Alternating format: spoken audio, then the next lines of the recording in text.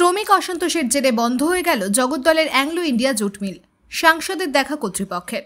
শ্রমিক অসন্তোষের জেরে বন্ধ হয়ে গেল জগদ্দলের অ্যাংলো ইন্ডিয়া জুট মিল। অভিযোগ, তাঁতঘরের শ্রমিকদের অন্য বিভাগে স্থানান্তরিত করছে মিল কর্তৃপক্ষ। তারই প্রতিবাদে শুক্রবার সকাল থেকে তাঁতঘরের শ্রমিকরা কাজ বন্ধ রেখে আন্দোলনে সামিল হয়েছেন।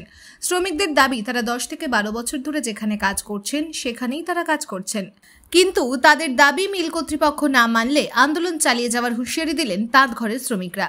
শ্রমিকদের বিক্ষোভ ঘিরে মিল গেটে তীব্র উত্তেজনা ছড়ায়। পরিস্থিতি সামাল দিতে মিলের গেটে র্যাব সহ বিশাল পুলিশ বাহিনী মোতায়েন করা হয়েছে। তবে মিল শ্রমিকরা গোটা বিষয়টি নিয়ে ব্যারাকপুরের সাংসদ অর্জুন সিং এর দ্বারস্থ হয়েছিলেন। নিজের বাসভবনে শ্রমিকদের সাথে দীর্ঘক্ষণ কথা বলেন তিনি। সাংসদ জানান, মিল কর্তৃপক্ষের সাথে কথা বলেছি।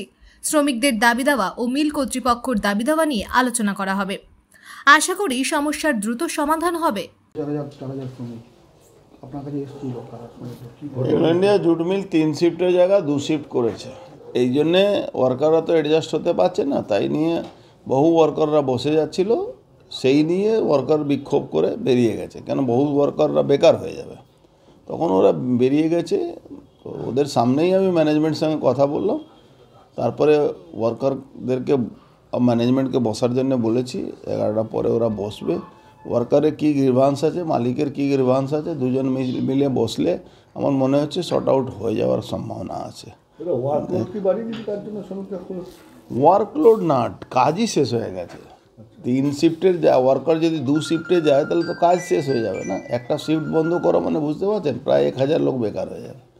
তো এই জন্যে ওটাকে এই সমস্যাটা হয়েছে। আমি তাদেরকে পাঠিয়েছি, ওদের হয়তো 11টার পরে ওরা বসবে ওখানে।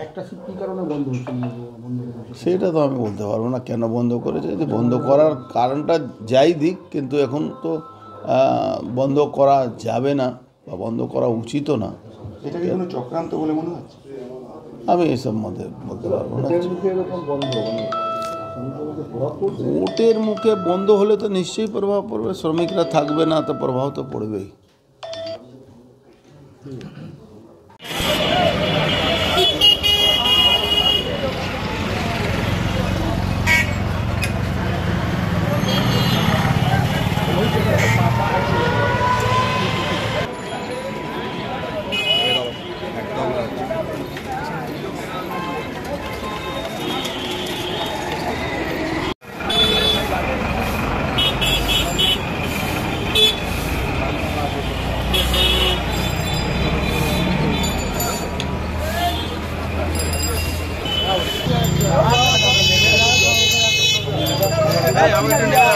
Bureau report, Bengal TV.